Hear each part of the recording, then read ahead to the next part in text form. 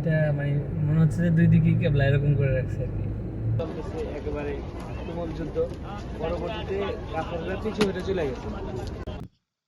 আসসালামু আলাইকুম, সবাই কেমন আছেন? আশা করছি সবাই ভালো আছেন। আজকে নতুন একটা ব্লগ নিয়ে আপনাদের মাঝে হাজির হলাম। দেশে বা দেশের বাইরে যে যেখান থেকে আমার এই ব্লগটি দেখছেন, আপনাদের সবাইকে বাংলাদেশি মমিন ইউএসএ চ্যানেলে স্বাগত জানাই। এই যে দূরে একটা সাদা রঙের মসজিদ দেখতে পাচ্ছেন, এই মসজিদটাকে বলা হয় মসজিদে কিবলাতাইন, যেটাকে দুই কিবলার মসজিদও বলা হয়। দুই দিকেই কেবলা এরকম করে মসজিদটা রাখছে। দেখুন কত সুন্দর, আর সম্পূর্ণটাই সাদা রং মসজিদটা। তো আমরা এখন এই মসজিদটার দিকেই যাচ্ছি। আমরা যে রাস্তাটা ধরে যাচ্ছি ঠিক সেই রাস্তার উপরেই রয়েছে মসজিদটা, আর মসজিদের নিচ দিয়েই রাস্তাটা, দেখেই বুঝতে পাচ্ছেন। যাবো যাবো, আমরা এদিক কাছে দিয়ে যাবো। এই মসজিদটা ইসলামের ইতিহাসে ৩য় নম্বর মসজিদ। প্রথম মসজিদটা তো কুবা মসজিদ, দ্বিতীয় মসজিদটা হচ্ছে মসজিদুল নববী, তৃতীয় নম্বর মসজিদটাই হচ্ছে মসজিদে কিবলাতাইন বা দুই কিবলার মসজিদ। এই যে মসজিদটা দেখতে পেয়েছি, সত্যি মনের মধ্যে একটা অন্যরকম ভালো লাগা কাজ করছিল। আর কেনই না লাগবে বলুন? এটাই তো সেই মসজিদ, যে মসজিদে কিবলার দিকটা পরিবর্তন হয়েছিল। এই যে মসজিদ, এই মসজিদেই রাসূল সাল্লাল্লাহু আলাইহি ওয়াসাল্লামের ইমামতিতে সাহাবীগণ আসরের নামাজ আদায় করছিলেন। দ্বিতীয় এবং তৃতীয় রাকাতের মাঝখানে আল্লাহর হাবিব রাসূল সাল্লাল্লাহু আলাইহি ওয়াসাল্লামের আন্তরিক ইচ্ছার বাস্তবায়নে আসমানি নির্দেশ আসলো, হে মোহাম্মদ, আপনার মুখ মসজিদে হারামের দিকে ফেরান। এই সেই মসজিদে কিবলাতাইন, যা ইসলামের ইতিহাসে বিরাট পরিবর্তন ঘটে।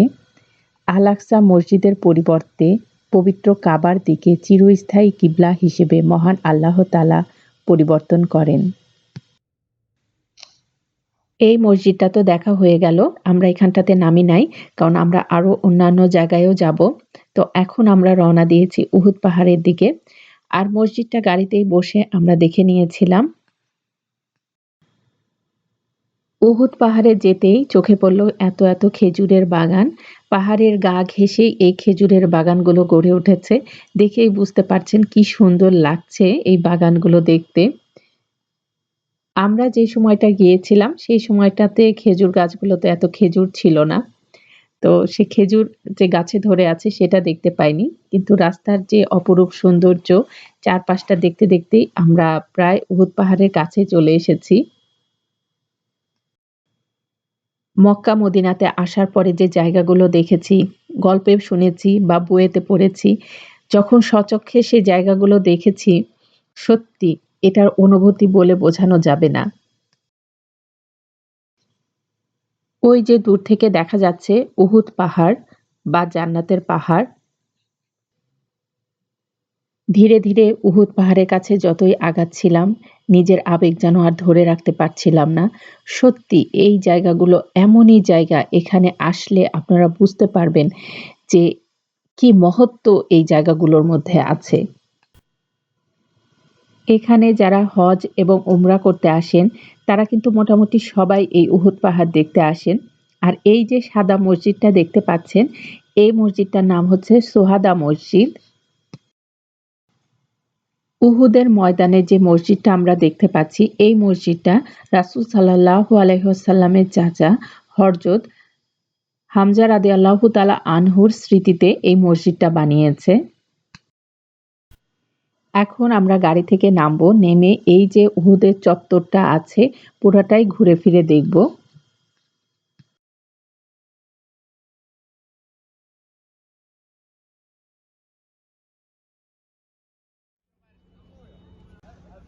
এখন দাঁড়িয়ে দেখছি সেই প্রান্তর, যেটা ইসলামের ইতিহাসের ঐতিহাসিক উহুদ যুদ্ধের প্রান্তর, যেখানে রাসূল সাল্লাল্লাহু আলাইহি ওয়াসাল্লাম কাফেরদের সাথে যুদ্ধ করেছিলেন। যখন মদিনা থেকে আসে, আসার পরে যুদ্ধের মানে কৌশল স্বরূপ এই পাহাড়টাতে যেখানে যে মানুষ উঠে আছে, এখানে 50 জন সাহাবীকে দাঁড়া করে আছে। যে যুদ্ধের ফলাফল যাই হোক, আমরা বিজয়ী হই বা পরাজিত হই, তোমরা এখান থেকে লড়বা। এই সাহাবাদের নেতৃত্বে ছিল আব্দুল্লাহ ইবনে জুবাইর রাদিয়াল্লাহু আনহু। ওনাদেরকে এখানে রেখে যুদ্ধ এখানে শুরু হয়েছে। এই যুদ্ধে মুসলমানদের বাহিনী ছিল 1000, কাফেরদের ছিল 3000-এর উপরে। তো যুদ্ধের প্রাথমিক অবস্থায় যখন যুদ্ধ চলতেছে একেবারে তুমুল যুদ্ধ, পরবর্তীতে কাফেররা পিছু হটে চলে গেছে, মানে এদিকে রোডের দিকে মক্কার দিকে চলে গেছে। তো খালিদ বিন ওয়ালিদ রাদিয়াল্লাহু তাআলা ইসলাম। ওই যে দূরে পাহাড়টা দেখতে পাচ্ছেন, ওইটাই সেই পাহাড় যেখানে রাসূল সাল্লাল্লাহু আলাইহি ওয়াসাল্লাম তীরন্দাজদের অবস্থান করতে বলেছিলেন। এই উহুদের প্রান্তরে ৭০ জন সাহাবী শাহাদাত বরণ করেছিলেন। তার মধ্যে একজন ছিলেন রাসূল সাল্লাল্লাহু আলাইহি ওয়াসাল্লামের চাচা হযরত হামজা রাদিয়াল্লাহু তাআলা আনহু। এই যুদ্ধেই রাসূল সাল্লাল্লাহু আলাইহি ওয়াসাল্লাম নিজেও আহত হয়েছিলেন। দুজন মিলে পাহাড়টা একটু ধরে দেখছিলাম। আমরা যদিও উপরে উঠি নাই, কারণ বাচ্চা-কাচ্চা নিয়ে গিয়েছি, অনেক গরম ছিল। যার কারণে আমরা নিচ থেকে যতটুকু পেরেছি দেখেছি। মাঝখান দিয়ে মুসলমানদের প্রায় ৭০ জনের উপর মৃত্যুবরণ করছে। তাদের কবর প্রথমে ওই সাইডে ছিল, ওই যে গাছগাছালি মাঝে, এরা আরো পিছন সাইডে ছিল। তো 200 বছর পরে, হিজরতের 200 বছর পরে মক্কাতে একটা মদিনাতে একটা বন্যা হয়েছে। প্রচুর পরিমাণে পানি ছিল, পানি উঠে গেছিল। পানির স্রোতে সাহাবাদের ভেসে উঠছে, লাশ ভেসে উঠছে।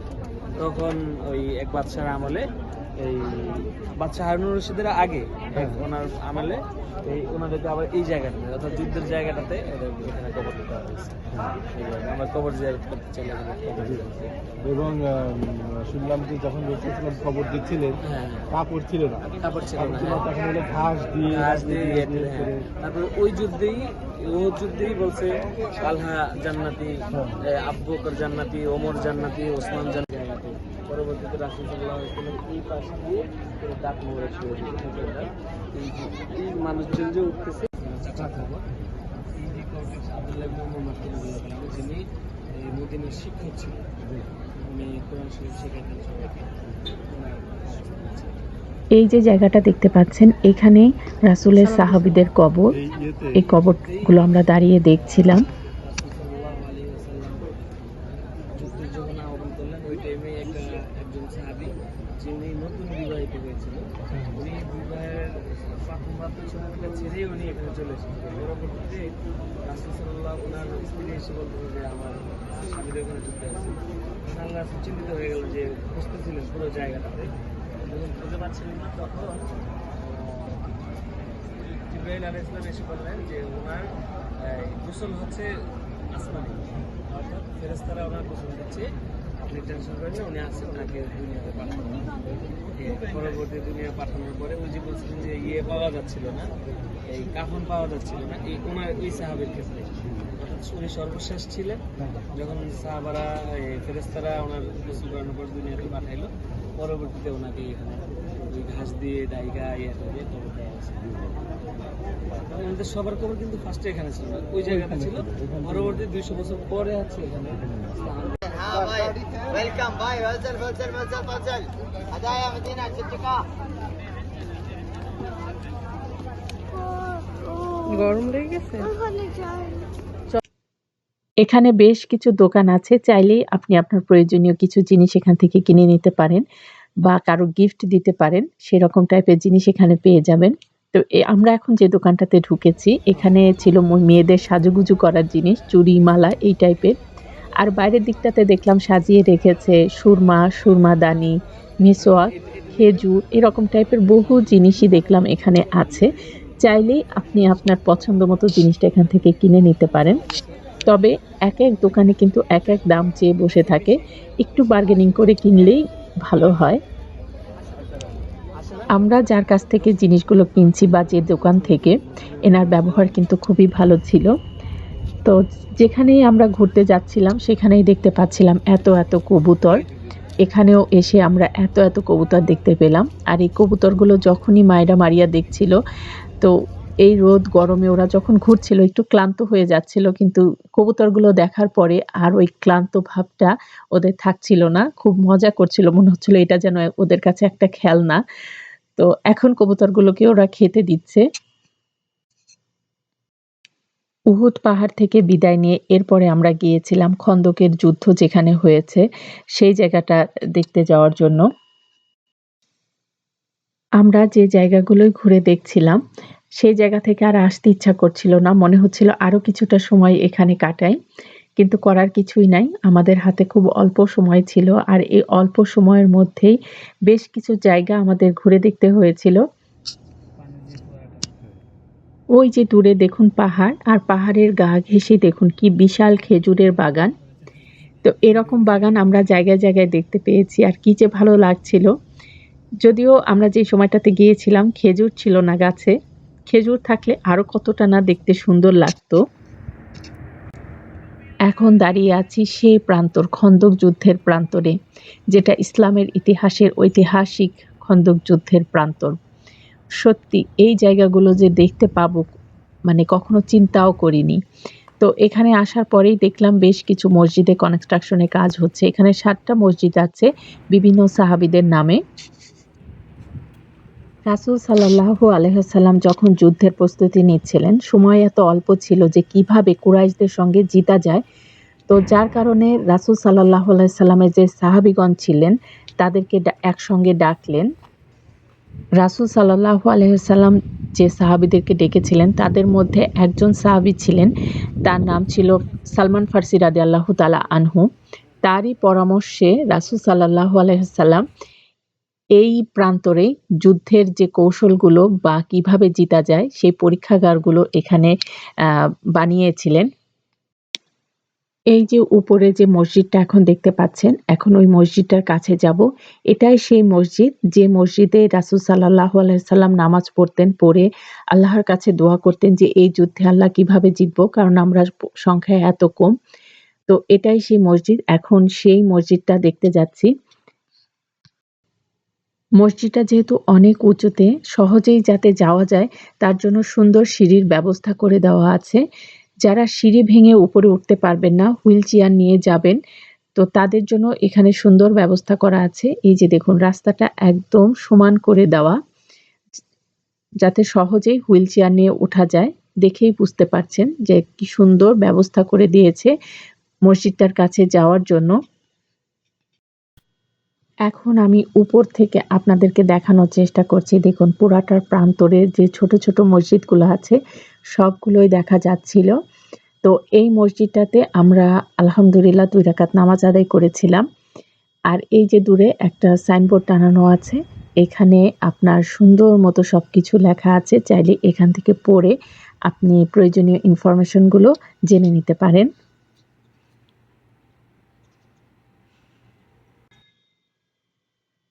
এই যে মসজিদগুলোর স্ট্রাকচারগুলো দেখতে পাচ্ছেন, এগুলো কিন্তু সেই তুর্কি শাসন আমলে যেরকমটা বানানো হয়েছিল ঠিক তেমনটাই আছে। কিছু, কিছু জায়গায় পরিবর্তন হয়েছে, কিন্তু এই মসজিদটা যেমনটা ছিল তেমনটাই আছে। আর এইটাই সেই মসজিদ যেখানে রাসূল সাল্লাল্লাহু আলাইহি ওয়াসাল্লাম নামাজ পড়তেন, পড়ে আল্লাহর কাছে দোয়া করতেন। এই যুদ্ধে কিভাবে জিতা যায় আল্লাহর কাছে সাহায্য প্রার্থনা করতেন। এটাই সেই জায়গা।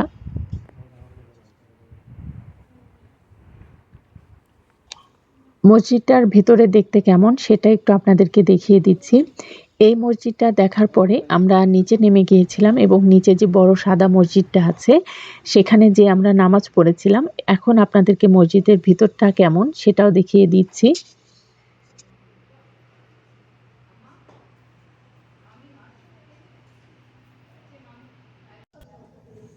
এখানে যে মসজিদগুলো আমরা দেখেছি একটা মসজিদের থেকে একটা মসজিদ সুন্দর। মানে যে মসজিদগুলোই আপনি দেখবেন মনে হবে এখানে বসে মন ভরে একটু ইবাদত করি, ২ রাকাত নামাজ আদায় করি। মানে এত ভালো লাগে। তো এই যে মসজিদের ভিতরে এখন যেটাতে আমরা বসে আছি, দেখুন কত সুন্দর দেখতে মসজিদটা। এই মসজিদে অনেকটা সময় কাটিয়েছি। এরপরে আমরা জিন পাহাড় দেখার উদ্দেশ্যে রওনা দিয়ে দিয়েছিলাম। জিন পাহাড়ে যাওয়ার উদ্দেশ্যে যখন আমরা রওনা দিয়েছিলাম, দেখুন রাস্তার দুপাশটা কত সুন্দর।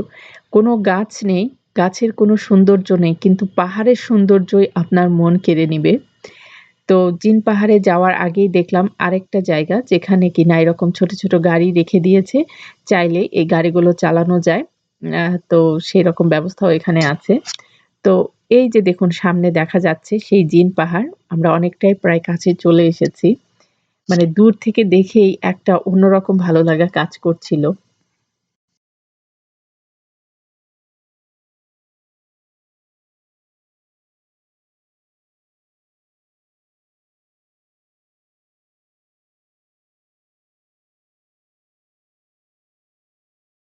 উম্মতদেরকে ধ্বংস করা হয়েছে শুধু ওজনে কম দিত, শুধু আল্লাহু এই আকবার। একটা অপরাধের কারণে পুরা জাতিকে ধ্বংস করে দিয়েছে, পুরা উম্মতকে ধ্বংস করে দিয়েছে। শুধু একটাও তাদের দোষ ছিল এখন তারা যে ওজনে রাস্তাটা কম ধরে দিত। যাচ্ছি এটাই সেই জিন পাহাড়ের রাস্তা এবং এই রাস্তাটা কিন্তু এখানেই শেষ। এরপরে আর কোনো রাস্তা নেই। এই রাস্তাটা মক্কার দিকে যাওয়ার জন্য বানানো হচ্ছিল। তো এই রাস্তা নির্মাণ করার সময় যে সরঞ্জামাদি এখানে রাখা হয় সেগুলো কোনো কিছু স্থির থাকছিল না। সবকিছু গড়ায়ে চলে যাচ্ছিল। তো তারপর থেকেই এই রাস্তার কাজ বন্ধ করে দেওয়া হয়। জিন পাহাড়ে আসার পরে আমরা জানতে পেরেছিলাম এখানে উটে চড়ে বেড়ানোর ব্যবস্থা আছে। তো তখন থেকেই মনের মধ্যে সত্যি একটা আনন্দ কাজ করছিল যে কতক্ষণে সামনে থেকে একদম উট দেখব। কারণ এরকম সামনে থেকে এতগুলো উট কখনোই দেখিনি। প্রথমে ভেবেছিলাম মারিয়া উটের পিঠে উঠতে চাইবে না, কিন্তু আমাদের ভাবা সম্পূর্ণই ভুল ছিল, কারণ ওই উটের পিঠে ওঠার জন্য বেশি আগ্রহ দেখাচ্ছিল। আমি আর মায়েরা উটের পিঠে উঠিনি, কারণ আমাদেরই ভয় করছিল পরে।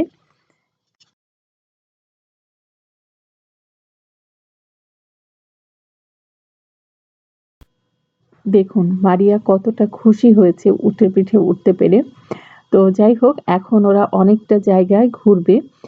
বেশ খানিকটা জায়গায় উটের পিঠে করে নিয়ে যায়। তবে এখানে একটু দাম দর করে উটের পিঠে উঠতে হয়। কারণ একেকজন একেক রকমের দাম চায়। সেদিকটা একটু খেয়াল রাখবেন। ওই যে দূরে উঁচু পাহাড়টা দেখতে পাচ্ছেন, এই জায়গা থেকে মানে উট যে জায়গাটাতে বাঁধা আছে এই জায়গা থেকে ওই বড় পাহাড় পর্যন্ত নিয়ে যায়, আবার নিয়ে আসে। এতটুকুই ঘোরায়। তবে বেশ খানিকটা জায়গা ধরেই ঘোরায়।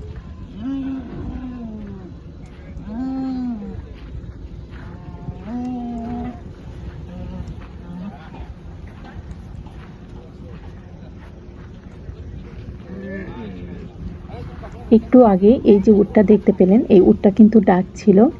তো ওই জায়গাটাতে আমি ভয়েস ওভার দিই নাই। আপনারা শুনতে পেয়েছেন কিনা জানি না। তবে আমি এরকম উটের ডাক কিন্তু আগে কখনোই শুনি নাই, এই প্রথম। কান্না করতেছে ওটা, দেখছো? দেখছো কান্না করতেছে? বলতেছে তুমি উঠতে উঠে। ওই যে দেখুন মারিয়াদেরকে নিয়ে গিয়েছে অনেকটা দূরে, প্রায় নিয়ে যায়। তো এখন ওরা ফিরে আসছে।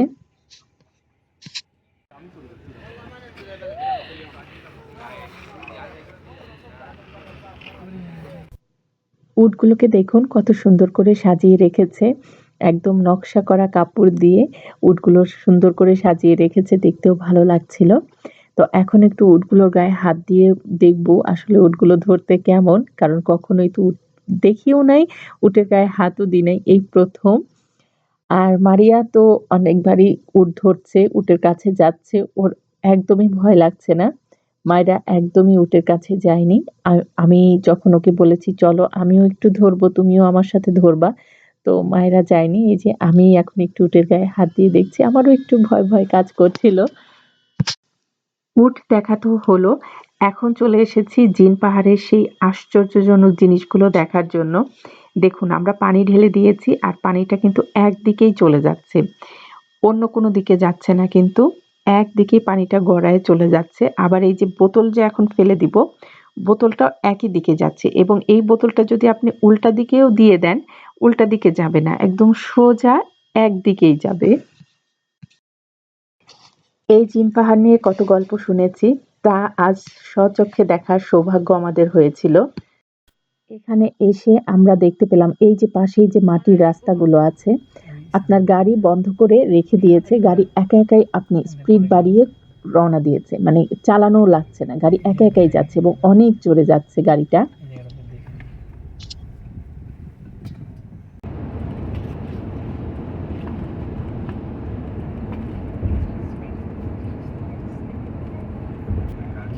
দেখুন গাড়ি এখন কিন্তু নিউট্রালে রাখা আর গাড়ি আপনা আপনিই রওনা দিয়ে দিয়েছে।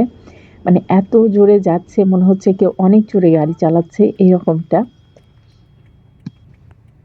এই পৃথিবীতে আল্লাহর যে কত আশ্চর্যজনক সব সৃষ্টি আছে সেগুলো চোখে না দেখলে না বিশ্বাস করা যাবে না। এই যে জায়গাটাতে এসেছি সত্যি এসে সম্পূর্ণই অবাক যে নিচে থেকে একটা গাড়ি আপনা আপনি এরকম ভাঙাচোরা রাস্তা দিয়ে কিভাবে এত জোরে যেতে পারে। মানে এই জায়গাগুলোতে যখন আসবেন, যখন নিজ চোখে দেখবেন তখন আপনি মানে অবাক হয়ে যাবেন যে কেমন জায়গা এটা।